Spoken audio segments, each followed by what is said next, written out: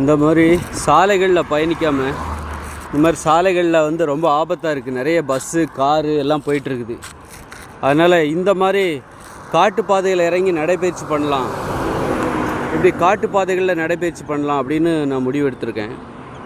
ஏன்னா இது பாதுகாப்பானது. எந்த வகையில்னா அந்த மாதிரி பேருந்துகள் லாரிகள்லாம் இருக்காது, வராது. அப்போ இது ரோட்டில் நடக்கிறது என்றைக்கு வேணாலும் ஆபத்து. நம்ம ஓரமாக போனாலும் நம்மளை போட்டு தள்ளிடுவானுங்க.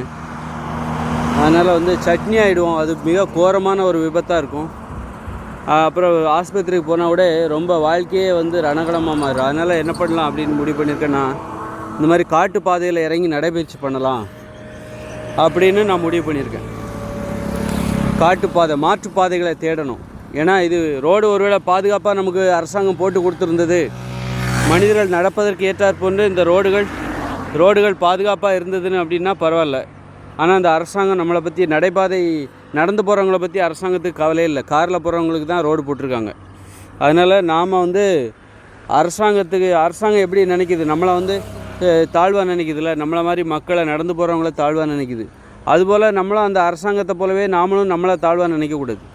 அதனால் இது போன்ற காட்டு பாதையில் இறங்கி நடந்து நமது நடைபயிற்சியை பாதுகாப்பானதாக மாற்ற வேண்டும். காலில் இந்த மாதிரி ஷூ போட்டுக்கோங்க. ஷூ போட்டிருக்கும் போது என்னென்னா வந்து முள் இருக்கும், கல் இருக்கும், அப்புறம் வந்து பாம்பு இருக்கும், தேள் இருக்கும். இந்த காட்டு பாதையில் போகும்போது அதில் ஷூ போட்டுக்கிட்டால் அது ஒரு பாதுகாப்பாக இருக்கும். ஆனால் இந்த மாதிரி பஸ்ஸு லாரியை விட அது ஆபத்து குறைவாக தான் இருக்கும். பஸ்ஸு லாரி இதெல்லாம் ரொம்ப மோசமானது. அவ்வளோதான், நம்ம வந்து வாழ்க்கையில் மீளவே முடியாது.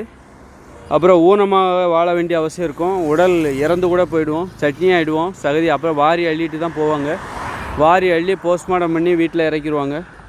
அதனால் மக்களே, மாற்றுப்பாதையை தேடி போங்க. நாம் இந்த இயந்திர அறிவியல் உலகத்தில் நீங்கள் தப்பி உயிர் வாழ்கிற ஒவ்வொரு நாளும் சவால் தான். இந்த இயந்திர அறிவியல் உலகில் ஒவ்வொரு நாளும் இது ஒரு போர்க்களம் தான். இந்த லாரிகள்லாம் எங்கே போகுதுன்னு நினைக்கிறீங்க? மனிதர்களை சாகடிப்பதற்காக தான். விபத்து மூலமாக 10 லட்சம் பேர் ஒவ்வொரு வருஷமும் சாகுறாங்க. வாங்க மாற்றுப்பாதையில் நடைபயிற்சி செய்யலாம். மாற்றுப்பாதைகளில் கவனமாக இறங்கி ஷூ போட்டுக்கோங்க. முள்ளு கல்லெல்லாம் இருக்கும். மாற்றுப்பாதையில் நடந்து போகலாம். நடைபயிற்சியின் போது நாம் பாதுகாப்பாக இருக்க வேண்டும். அலட்சியப்படுத்தக்கூடாது. என்ன வேண்டுமானாலும் எப்பொழுது வேண்டுமானாலும் நடக்கலாம். நடப்பது எல்லாமே நம்ம எதிர்பார்க்காததாக தான் இருக்கும். இன்றைய வாழ்க்கையை நேற்று எதிர்பார்க்கவில்லை. அதுபோல் இன்றைக்கு என்ன வேண்டுமானாலும் நடக்கலாம். என்ன நடந்தாலும் அது நமக்கு எதிர்பார்க்காத மாதிரி தான் இருக்கும்.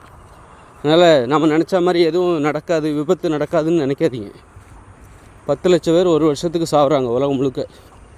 உடல் ஊனமடைகிறார்கள். 10 லட்சம் பேர் சாகுறாங்க. 10 லட்சம் பேருக்கு உடல் ஊனமடைகிறது, படுகாயம் அடைகிறார்கள். அதனால் பாதுகாப்பாக இருப்போம். மாற்று வழியில் நடைபயிற்சி செய்யுங்கள். இது புதுமையான அனுபவம். பசுமையான அந்த ரோடு பாருங்கள், தார் ரோடு கருப்பாக இருக்குது. இது பசுமையாக இருக்குது. பசுமையாக நடங்க. அப்போ நீங்கள் ரொம்ப இன்னும் கவனம் அதிகரிக்கும். இந்த மாதிரி மாற்றுப்பாதையில் புல்வெளியில் நடக்கும்போது ரோட்டை நல்லா பார்ப்பீங்க. இதே தார் ரோட்டில் நடந்தீங்கன்னு வச்சுக்கோங்க, கண்மூடித்தனமாக நடப்பீங்க. ஏன்னா எல்லாமே மேடாக தானே இருக்குது, ஒழுங்காக இருக்குது அப்படின்ட்டு. இதுனா பள்ளம், மேடு, முள், கல்லெல்லாம் இருக்கும். பார்த்து நடப்பீங்க. அந்த கவனம், மன ஒருமைப்பாடு. செய்கிற வேலையில் நமக்கு கவனம் இருக்கும். நம்ம நடக்கிறோம் அப்படின்னா அந்த நடக்கிறதுல நமக்கு கவனம் அதிகரிக்கும். அதனால் இந்த மாதிரி நடக்கிறது ரொம்ப நல்லது.